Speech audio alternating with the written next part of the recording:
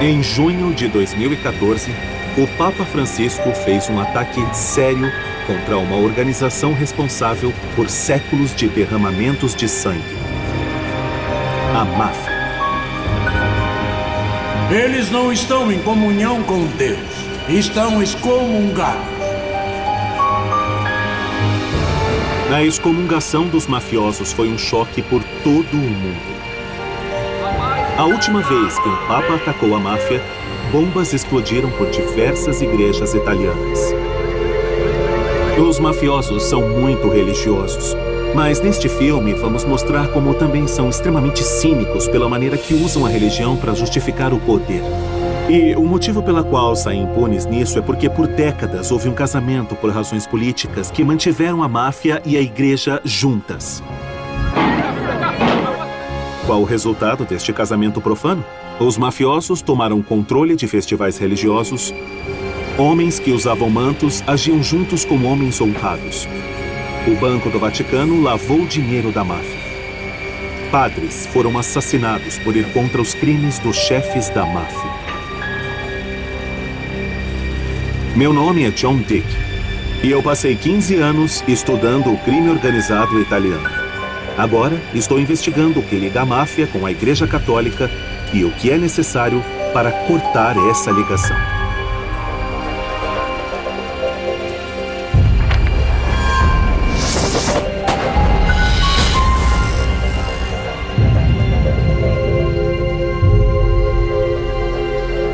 Minha jornada até a conexão principal entre o Papa e a máfia começa no sul da Itália. De Nápoles a Sicília, o crime organizado aqui sempre foi um problema. Calábria, a região no dedão da bota da Itália, é o lar da mais perigosa máfia dos dias de hoje: os 'Ndrangheta. Desde o começo dos anos 90, os 'Ndrangheta superaram a Cosa Nostra, na Sicília, como o maior importador de cocaína da Europa. A violência é a base de tudo o que os 'Ndrangheta fazem. Homens, mulheres e crianças foram mortos sem hesitação ou piedade. Foi aqui, na Calábria, que o Papa Francisco lançou sua ira. Os 'Ndrangheta não são nada além do que uma adoração ao mal, além de uma afronta ao bem comum.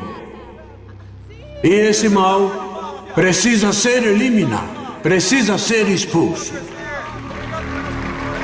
Foi o assassinato de uma criança de 3 anos que trouxe o Papa Francisco até a Calábria.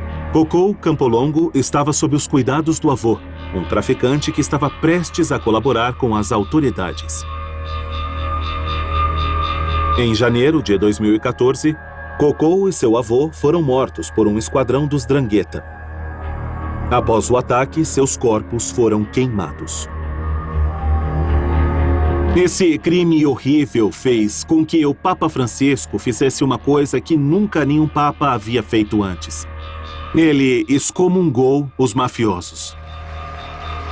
Eles não estão em comunhão com Deus, estão excomungados.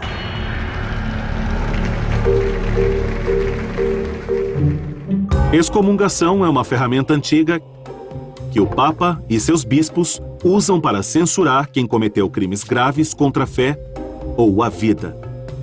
Tentar matar o Papa ou quebrar o segredo da confissão pode te excomungar. Martin Luther e Galileu foram excomungados por heresia. Recentemente, médicos que praticam o aborto receberam a mesma punição. Os inimigos políticos do papado também foram alvos. Napoleão e os comunistas, por exemplo. E até mesmo toda a Veneza na Idade Média. Quando você é excomungado, você não pode mais receber a hóstia nem os laços sagrados do casamento, além de ter um enterro pela igreja negado. Você está a caminho do inferno. E a única maneira de evitar a danação é se arrepender e conseguir a absolvição de um bispo.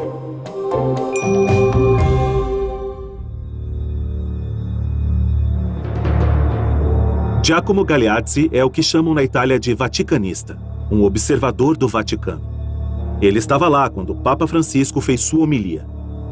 E ficou claro para ele que o Papa não falou apenas dos mafiosos, mas também de padres.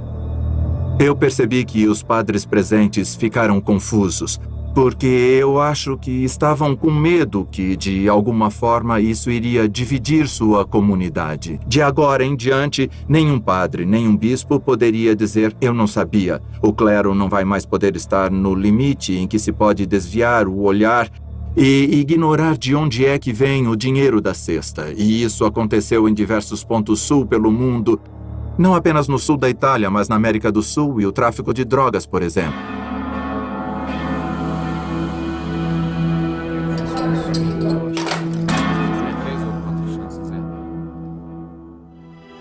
Não existe lugar melhor para descobrir como a máfia reagiu às palavras do Papa Francisco do que nessa prisão de segurança máxima. É também um bom lugar para ter uma noção de como alguns padres estão reagindo. Aqui, 70% dos presos são membros jurados do 'Ndrangheta. A pergunta mais direta foi: bom, quer dizer que não podemos mais ir à missa, não podemos mais ir à igreja, não podemos rezar, porque se fomos excomungados não podemos nos dirigir ao Senhor? É isso que podemos entender? Está negando mesmo os sacramentos aos membros do 'Ndrangheta? Não posso de forma alguma fazer distinções. Eu não posso banir os sacramentos ou tirar os direitos dos dranghetisti e dos outros prisioneiros. A função do padre e da igreja na prisão é não julgar ninguém individualmente, mas sim ser um guia na vida daqueles que foram julgados de alguma forma por fazerem parte, por serem membros do 'Ndrangheta. Este capelão está em uma posição delicada, pego entre o dever de obedecer o Papa e o medo de encarar as consequências se declarando contra os 'Ndrangheta.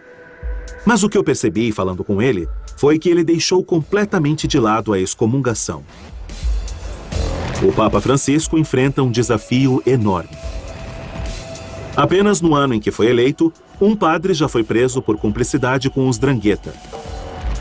E outro testemunhou em corte a favor de 3 mafiosos. Câmeras de vigilância da polícia chegaram a gravar um conselho entre o chefe dos 'Ndrangheta que aconteceu durante uma peregrinação.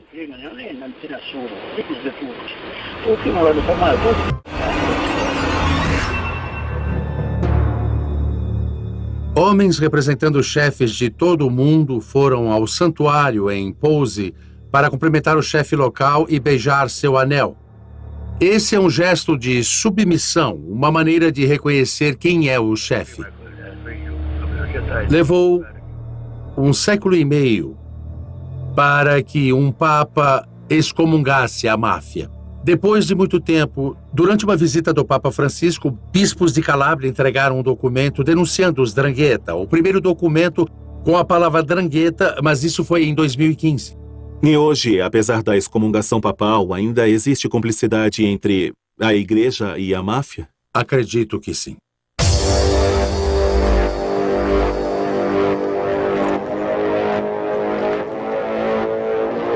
Na minha opinião, as raízes dessa cumplicidade estão na Sicília.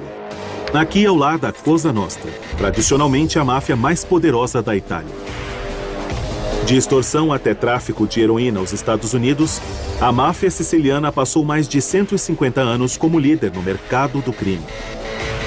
Seu poder está principalmente em matar com impunidade. Estar aqui me faz lembrar dos crimes mais selvagens da Cosa Nostra na década de 80, onde centenas morreram numa guerra entre a máfia, deixando seus corpos queimando nas ruas, enterrados no concreto, jogados no esgoto ou decepados e espalhados.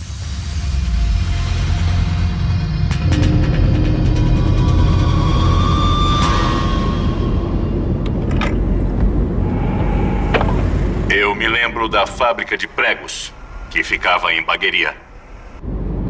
As pessoas que não eram mais confiáveis eram enviadas para irem até essa fábrica, que era bem afastada. E assim que chegavam, elas nunca mais saíam de lá. Nunca mais voltavam para casa. Essa é Bagheria, um bairro de trabalhadores ao leste de Palermo. E essa é uma antiga fábrica de pregos.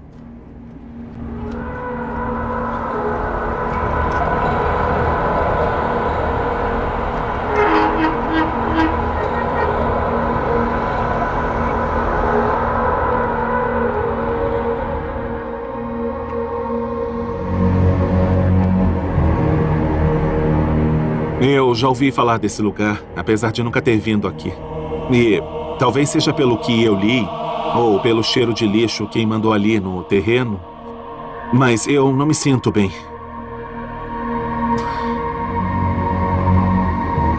Aqui era onde o Cosa Nostra fazia seus problemas desaparecerem.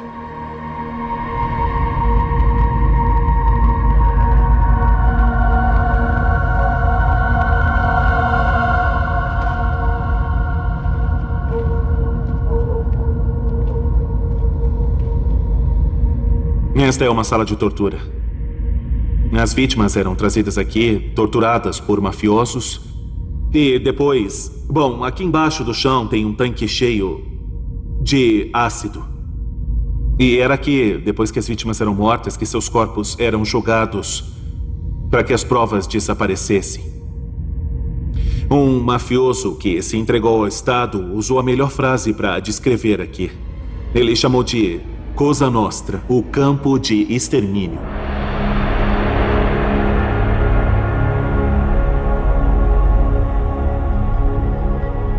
Ninguém sabe quantas pessoas morreram aqui.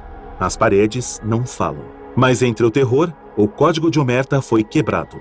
E os homens que cometeram atrocidades como essa falaram pela primeira vez sobre o papel principal, apesar de conturbado, que a religião tem em suas vidas. Como homens de honra que somos, todos acreditamos ser católicos. Podemos até traçar a origem da Cosa Nostra ao apóstolo Pedro. Pertenço à Cosa Nostra e sou católico. Pode parecer estranho, mas somos homens de honra e temos Bíblias. Todos nós honramos os santos. Por exemplo, existe uma regra na Cosa Nostra contra matar às sextas-feiras, porque é um dia de luto para nós.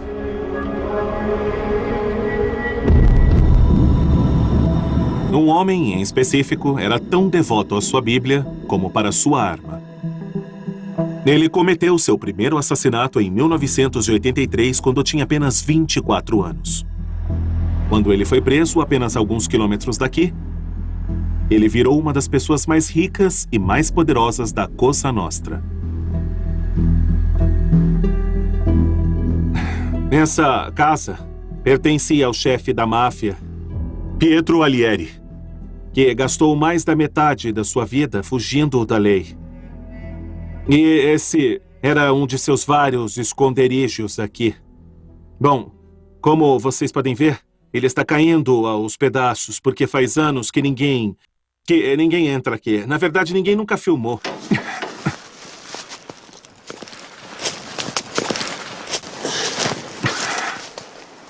A casa está em péssimo estado. Móveis abandonados. Eu acho que é melhor usar um capacete daqui pra frente, porque nunca se sabe o que se tem por aí, não é mesmo?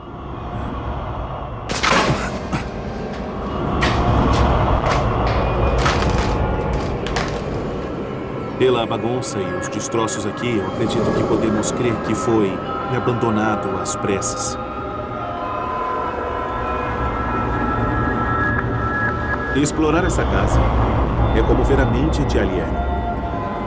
Fica claro que sua religião não era apenas para se mostrar. Era um assassino, mas também era muito religioso. Pelo que podemos ver, tem livros aqui. Um livro de um padre, o servo da caridade. E aqui tem outro. Está dentro de uma caixa. O livro da liturgia. Orações. Eu acho que esse é o tipo de livro que o padre com certeza teria. Alieri foi educado em um seminário e é evidente que para ele, uma vida fugindo não significava uma vida sem fé. Isso é interessante. São dois Cristos idênticos e também um rosário. É mesmo estranho pensar que esse cara era um mercenário da morte e vivia assim, cercado por essas imagens que eram religiosas. E, inclusive, quando ele foi preso, a polícia o encontrou em um esconderijo que era uma capela completa, com 4 padres que estavam lá para rezar uma missa. Um desses padres foi preso.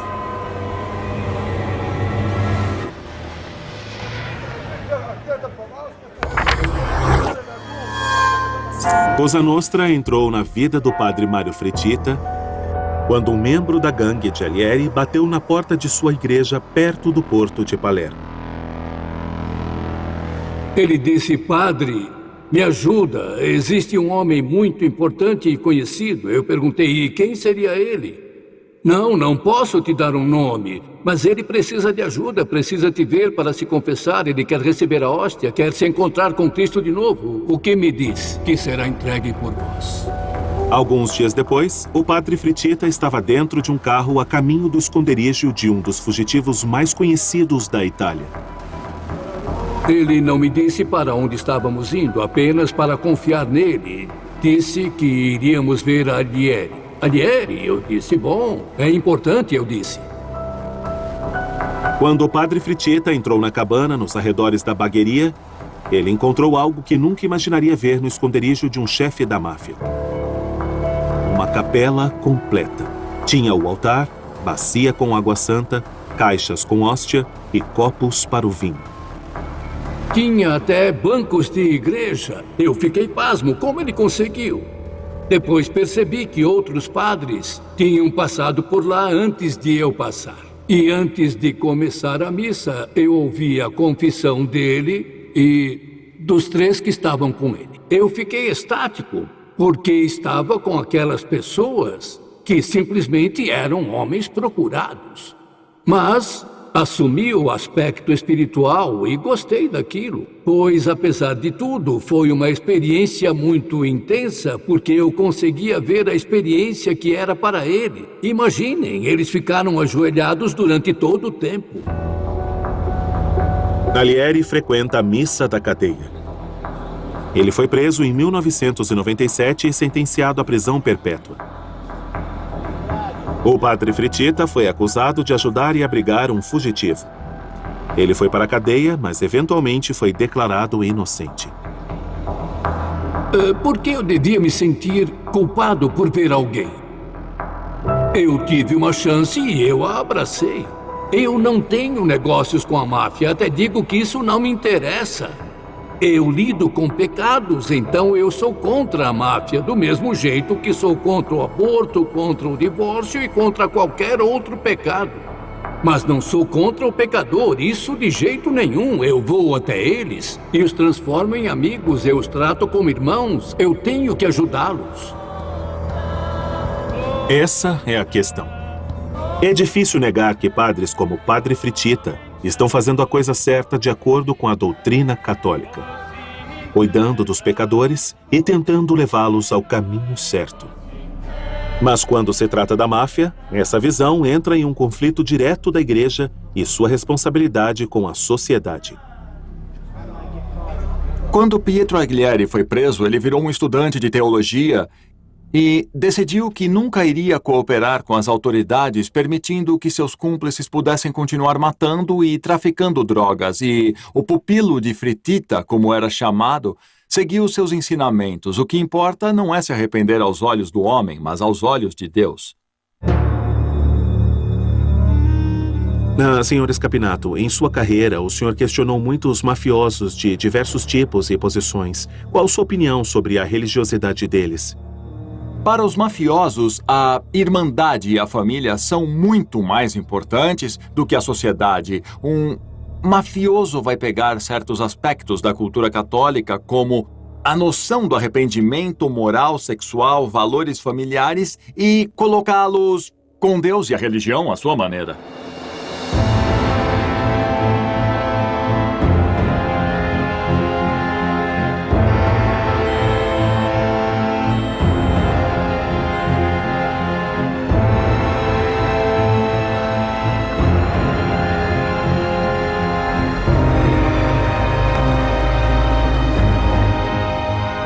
O banho de sangue da máfia nos anos 80 fez o Estado tomar uma atitude. E a peça-chave dessa atitude foram os vários julgamentos em Palermo que começaram em 1986. Os 746 homens em julgamento eram tão perigosos que construíram um tribunal especial. Olha, eu preciso admitir que estar aqui me enche de calafrios, porque este é o famoso tribunal guardado de Palermo. E essas paredes são uma prova de bombas e bem ali tem um corredor que vai direto no pátio da prisão da cidade para que não houvesse chance alguma de fuga para os acusados. Mas não é a arquitetura impressionante que torna esse lugar tão especial, mas sim a história que aconteceu aqui. Os chefes da comissão, com os responsáveis da Cosa Nostra, foram a julgamento nessa fortaleza. E é aqui que descobrimos seus rituais secretos. Por exemplo, a introdução à máfia é chamada de batismo. A maioria dos acusados tinha algum tipo perturbado de fé. Homens como Michele Greco, conhecido como Papa, que afirma que era tão devoto quanto qualquer ocupante do trono de St. Peter. Quando os juízes saíram para decidir o veredito, ele proferiu uma estranha bênção. Eu desejo a paz e a serenidade a cada um de vocês, senhor presidente. Desejo paz a todos vocês, porque a paz significa serenidade e a serenidade é ter paz em espírito e em consciência. Desejamos o mesmo ao senhor. Por favor, me escutem. Eu preciso lhe dizer isso, senhor presidente. A serenidade é fundamental para qualquer um tomar uma decisão. Não são minhas palavras, são as palavras de nosso Senhor.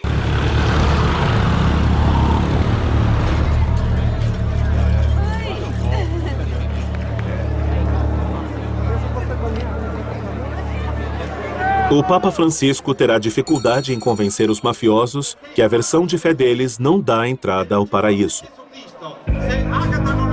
Porque para a máfia, religião é mais do que apenas orações, altares e rituais. Todo mês de fevereiro, milhões de pessoas se juntam na cidade ao leste da Sicília, em Catânia, para o Festival de Santa Ágata. O festival traz fogos de artifício e a tradicional carne de cavalo para comer. Alguns adoradores mostram sua devoção carregando velas enormes.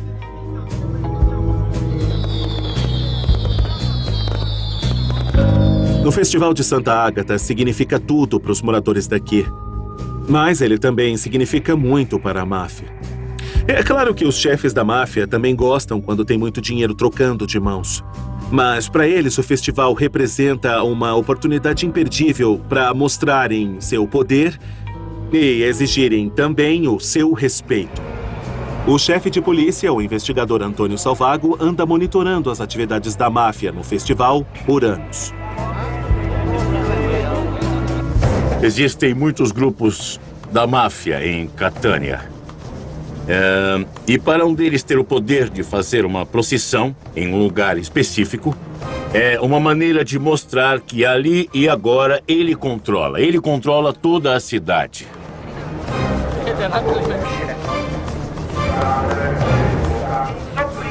A figura de um líder na máfia Catânia conseguiu levar um dos enormes candelabros da procissão para o subúrbio da cidade, bem longe de seu trajeto normal.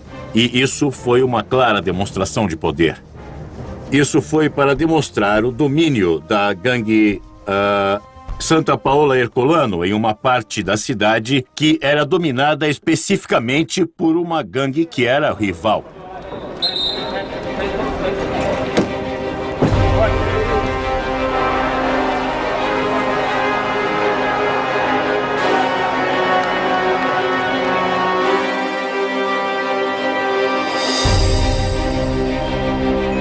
Essas fotos foram tiradas durante o festival.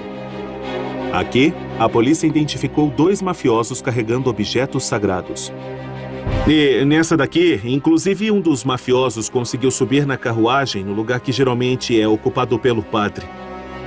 Isso mostra que o Festival de Santa Ágata, o terceiro maior evento desse tipo no mundo, se tornou o primeiro a ser visto tendo alguma ligação com a máfia. Durante o período da sua investigação, o senhor teve a oportunidade de conversar com o bispo de Catânia O que ele contou exatamente ao senhor? No julgamento, não recebemos uma resposta clara do bispo de Catânia. O bispo Bomarito, ele não conseguiu dar uma resposta com clareza. Eu acho que foi porque naquela época a igreja não dava o devido valor, não dava o mínimo valor para o grande problema que todos enfrentavam, que era dos grupos da máfia usarem o festival religioso, esse nosso festival, para mostrar sua autoridade.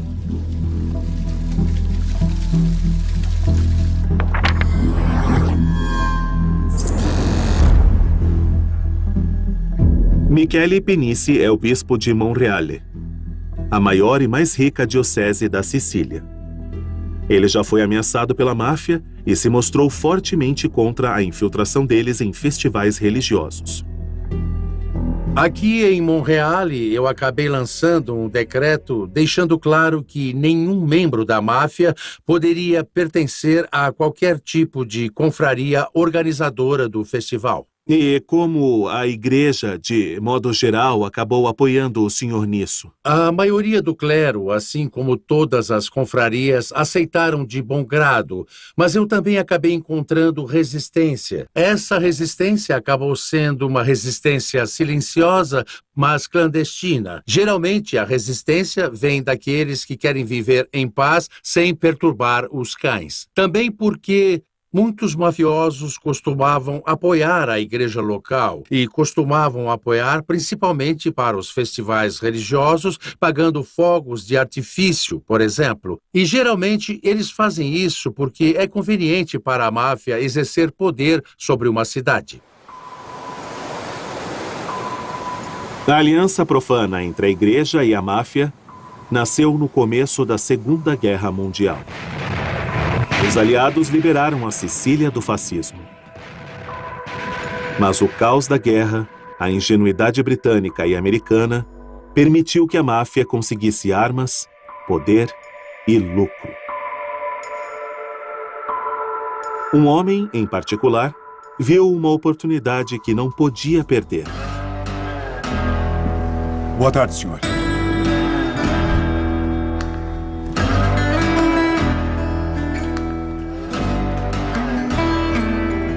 Michele Navarra foi um chefe da máfia e também um médico militar. Ele se dava tão bem com os aliados que acabaram fazendo um acordo exclusivo com ele para usarem antigos veículos militares e começar uma empresa de ônibus. Hoje em dia, essa empresa ainda é a maior em toda a Sicília. Na verdade, é que roda entre Palermo e a cidade natural do Dr. Navarra, Corleone.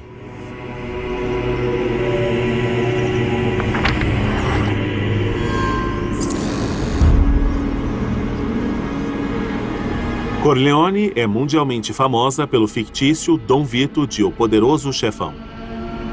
Mas na Itália, é mais conhecida por ser o lar da família mais sanguinária da Cosa Nostra. Quando a Segunda Guerra Mundial acabou, Michele Navarra ficou no comando por aqui. Seu próximo movimento foi terrorismo político, um ataque ao povo da esquerda. Bom, logo depois da guerra, a Sicília foi dividida. Tinha uma revolução por milhares de pessoas pobres do país que sempre sonharam em ter um pedaço de terra. E, por um outro lado, tinham grandes donos de terra com medo de perder os seus antigos privilégios feudais. Os donos de terra falaram com os mafiosos que conseguiram ajuda do Estado para que se mantivessem no poder. Sendo assim, Michele Navarra até então era o chefe da máfia em Corleone. Era com ele que os donos de terras pediam ajuda para impedir o movimento dos trabalhadores por qualquer meio necessário. A eleição de 1948 ofereceu a Michele Navarra uma chance de conseguir aliados políticos. Foi a primeira votação na Itália desde o começo da Guerra Fria. Os eleitores tinham que escolher entre comunistas e socialistas de um lado e, do outro lado, cristãos democratas que apoiavam a igreja. Bom, Michele Navarra organizou os cristãos democratas e é claro que isso fortaleceu a aliança entre os cristãos democratas, a igreja, a máfia e também os grandes senhores de terras, porque eles queriam impedir a qualquer custo a ameaça vermelha. Em Roma, o Papa Pio XII ajudou excomungando os comunistas.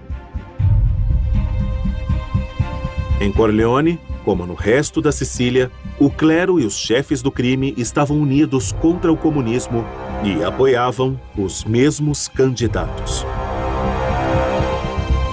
Michele Navarra ia frequentemente na igreja de Corleone e ele era um grande apoiador. Durante as eleições, ele acabou apoiando os votos dos cristãos democratas. E quando ele finalmente encontrou seu fim, encontraram 96 balas no corpo dele. E com isso, a igreja recompensou sua devoção de anos de vida com um grande funeral.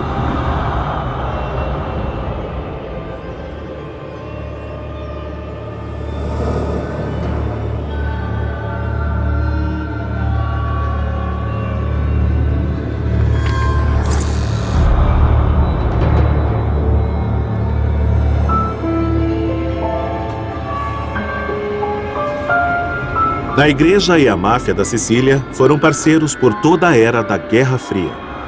Seu relacionamento sobreviveu aos piores surtos de violência da máfia. Em 1963, um carro-bomba da máfia matou 7 soldados nas proximidades de Palermo. O Vaticano exigiu que o cardeal de Palermo agisse, mas o cardeal Ruffini recusou. Ele descreveu os mafiosos como trapaceiros comuns e irritado que nenhum deles ia à igreja. Ele também disse, por vários anos que sou ministro e nunca vi um deles ser capaz de ter qualquer relação com o clero e os criminosos. Ele errou.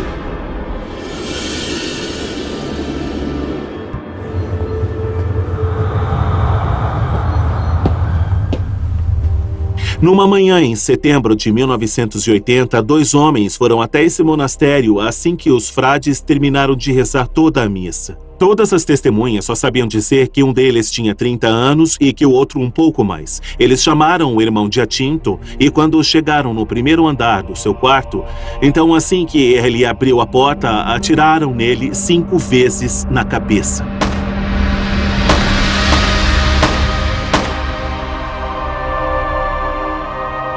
Esse, com certeza, foi o assassinato que abriu uma porta para um padrão sinistro ligando a máfia, a política e também a igreja.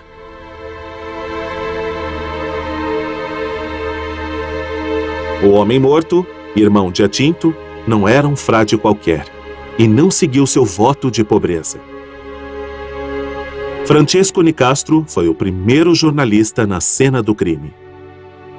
Ele tinha um estilo de vida de uma pessoa rica, não como o de seus outros irmãos frades. Ele tinha roupas que eram costuradas sob medida, tinha perfumes franceses, garrafas de uísque, uma pistola e também 4 milhões de liras em dinheiro, o que era considerado muito dinheiro para aquela época. O irmão Giacinto tinha uma série de contatos com políticos, com gente da sociedade, mas, acima de tudo, ele tinha contato com pessoas da máfia.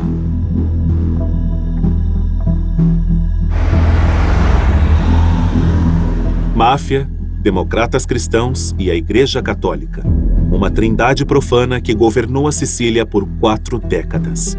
Assim como Vito Ciantimino, o primeiro político enviado à prisão por cooperar com a máfia. Por décadas, ele foi a conexão da cidade entre o governo, a indústria da construção e Cosa Nostra. Em 2009, Massimo, o filho de Vito Ciantimino, decidiu colaborar com as autoridades. Então, ele explicou às autoridades o que ele via e ouvia quando ia aos encontros com seu pai. Como eu disse, eu já havia ido com meu pai até a casa de Bernardo Provenzano e, pessoalmente, eu nunca vou esquecer. Quando chegamos na casa do bispo, perto de Palermo, nós entramos por uma entrada por trás da casa e lá encontramos com o senhor Provenzano e o bispo, que estavam esperando para falar com meu pai. Bernardo Provenzano só foi preso em 2006, depois do recorde de 43 anos sendo procurado. Ele foi uma grande mente política por trás da poderosa família de Corleone. Todos ali eram muito importantes, mas todos sabiam da importância individual de cada um. Dava para ver. Pelos cumprimentos, eles se abraçavam, se beijavam no rosto. Como era a relação do seu pai com a igreja? Para ele, a paróquia operava de modo similar, com os segmentos do Partido Democrático Cristão local. As paróquias eram financiadas. Meu pai mesmo construiu igrejas nas proximidades. Construiu campos de futebol para a igreja. Manter o controle da igreja era manter o controle de todo o seu território. A influência de Vito Ciantimino alcançou até Roma. De acordo com seu filho, o político favorito da máfia ia até lá todo mês para depositar dinheiro sujo no IOR, o Banco do Vaticano. O Banco do Vaticano simplesmente não tinha regras quanto à transparência. O banco não dava informações. Eu, pessoalmente, vi muito dinheiro circulando nos cofres e contas do Vaticano, e eram transações financeiras para pagar subornos para políticos e homens ligados ao mundo da máfia. Alguns questionaram se Máximo Ciantimino era uma testemunha confiável. Mas os promotores acharam confiável. Afinal de contas, se tratando do dinheiro da máfia, o Banco do Vaticano daria um jeito. Na verdade, foram vários escândalos referentes ao Banco do Vaticano que uma das primeiras iniciativas do Papa Francisco quando chegou na Praça St. Peter foi ordenar uma limpeza completa em suas operações. Em 2015, o Banco do Vaticano encerrou atividades com 750 clientes e estão aumentando a segurança de todo o banco.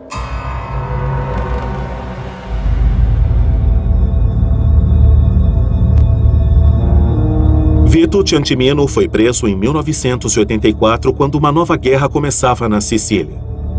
Os clãs mais poderosos da máfia decidiram tomar controle da Cosa Nostra. Durante uma década sangrenta, mais de 1000 pessoas morreram. Chefes da máfia, soldados e parentes foram brutalmente assassinados, enquanto os Corleonesi exterminavam seus rivais.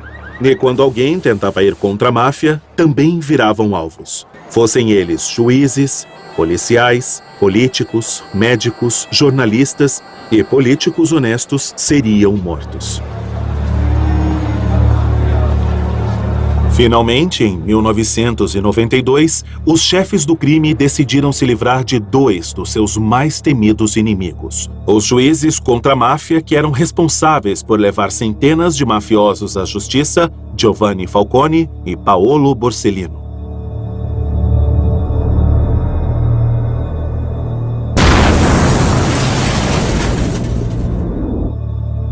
As bombas que mataram os 2 homens em um intervalo de 2 meses também mataram a esposa de Falcone e 8 guarda-costas corajosos. A Cosa Nostra nunca havia atacado o Estado com tanta brutalidade explícita. Os sicilianos se cansaram. E com o fim da Guerra Fria, a consciência da igreja começou a agir.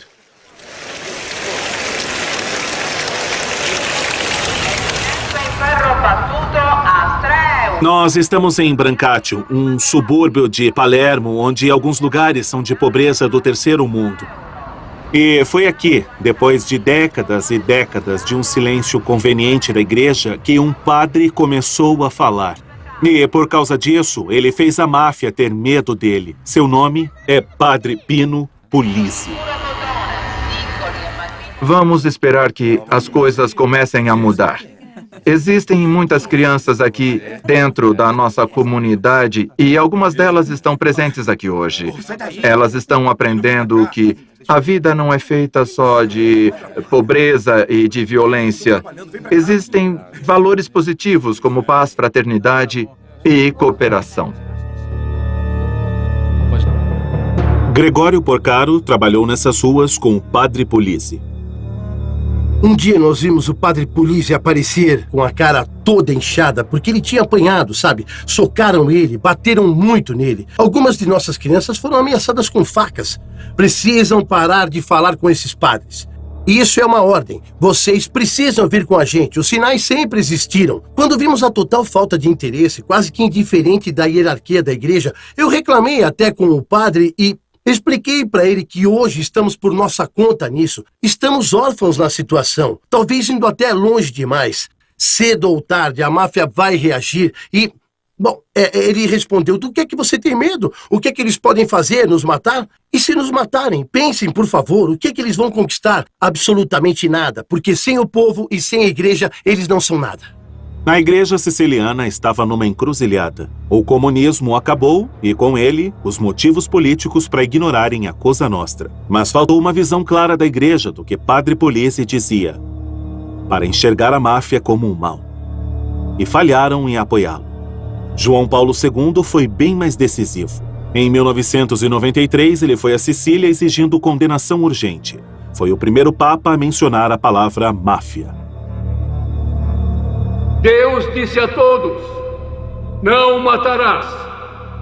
Nenhum homem, seja quem for, independente de qual grupo humano for, não há máfia que possa alterar e ignorar esta lei, a mais sagrada lei de Deus.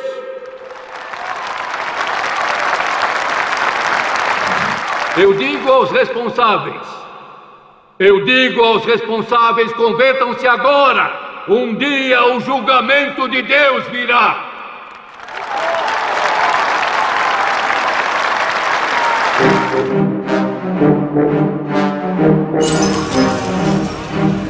Em menos de 2 meses depois do discurso de João Paulo II, a Cosa Nostra decidiu ensinar uma lição à igreja que um dia foi sua aliada, ou pelo menos uma cúmplice. Bombas explodiram do lado de fora das 2 e mais importantes igrejas de Roma.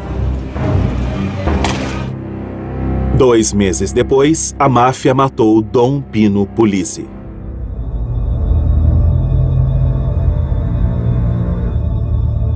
Eu acredito que todos nós de Palermo renascemos a partir do sangue desse homem. No outro dia, toda a cidade veio aqui e isso mostrou que estávamos cansados de sermos covardes. Cansados do abuso de poder, da arrogância, cansados da violência. E mostrou que a máfia realmente errou. Eles acharam que tinham silenciado eles, mas só libertaram a fúria da cidade. Palermo é nossa e não da Cosa Nostra! Palermo é nossa e não da Cosa Nostra! E não da Cosa Nostra!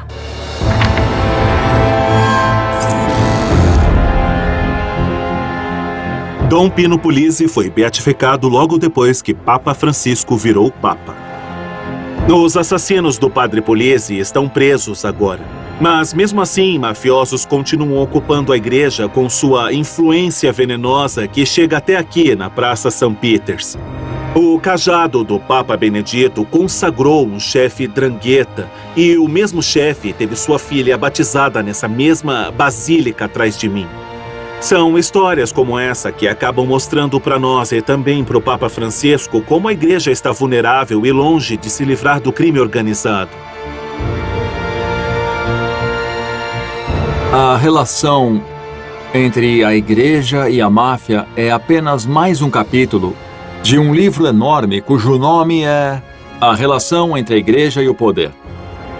Por exemplo, em 1929, o Pio XI assinou a concordata com o Estado fascista. Todos conhecem a natureza do fascismo. Quando a Igreja católica assinou a concordata com a Alemanha de Hitler em 1933,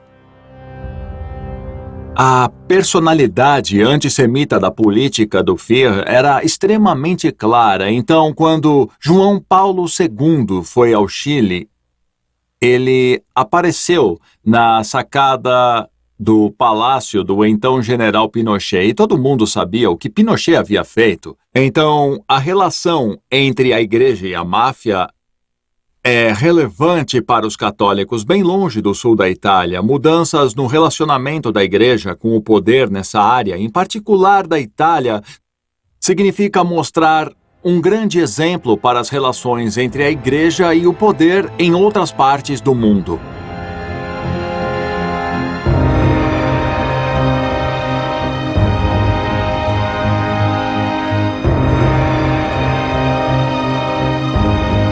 O Papa pode ter excomungado a máfia, Mas já vimos muitos padres dizendo que ainda não têm certeza do que eles devem fazer a respeito. O fato agravante é que a igreja pode fazer uma grande diferença quando se trata em combater a máfia. Por exemplo, em 1993, quando João Paulo II condenou a Cosa Nostra, diversos mafiosos decidiram renunciar suas vidas no crime e confessar tudo às autoridades. E, graças a esses testemunhos, promotores conseguiram atingir o coração do sistema da máfia. O padre Luigi Ciotti é o fundador da maior associação de vítimas da máfia.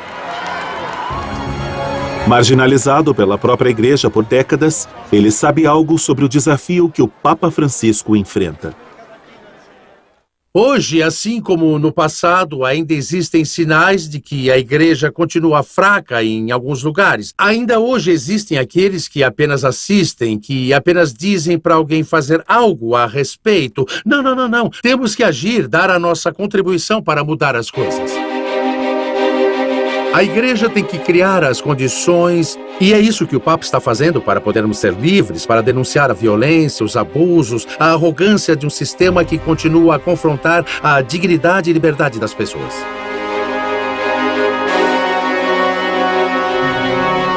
Que Deus os abençoe.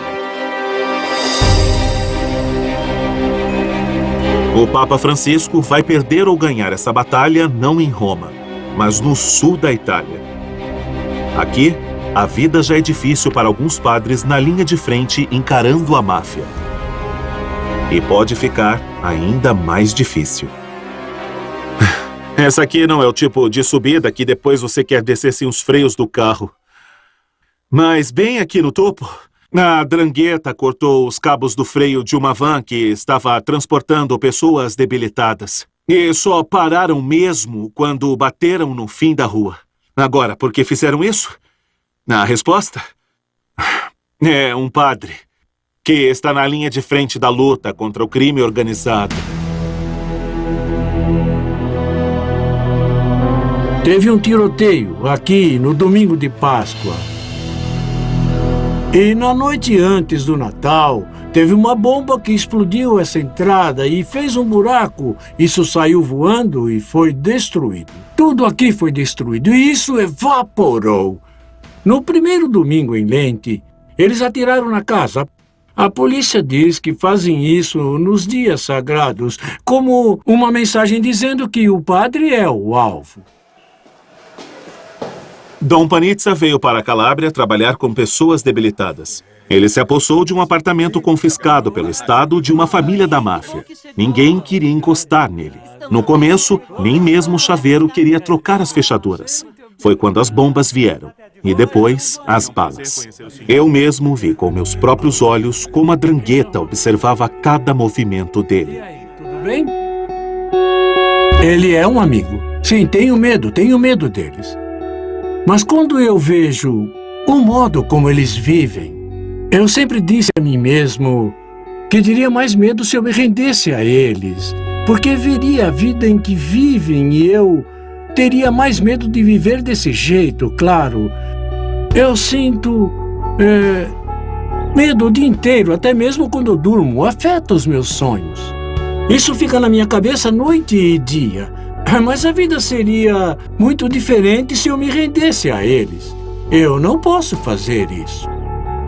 Recentemente, atearam fogo na porta da igreja de Dom Panizza. Sua coragem é uma inspiração. São homens como ele que formam os soldados de elite na batalha contra a máfia.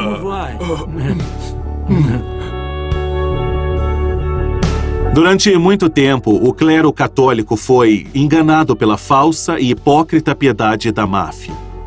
A igreja já viu a máfia como um aliado político e financeiro, quando na verdade deveria ser um inimigo mortal. E seja por medo, confusão, teologia ou simples cumplicidade, a igreja disse aos gangsters apenas o que eles queriam ouvir. Mas as pessoas vivendo sobre ameaças da máfia imploram a sua igreja por clareza. Então, padres, bispos e até mesmo o Papa devem mostrar todo dia que o perdão da máfia não pode simplesmente vir à tona. sem a justiça.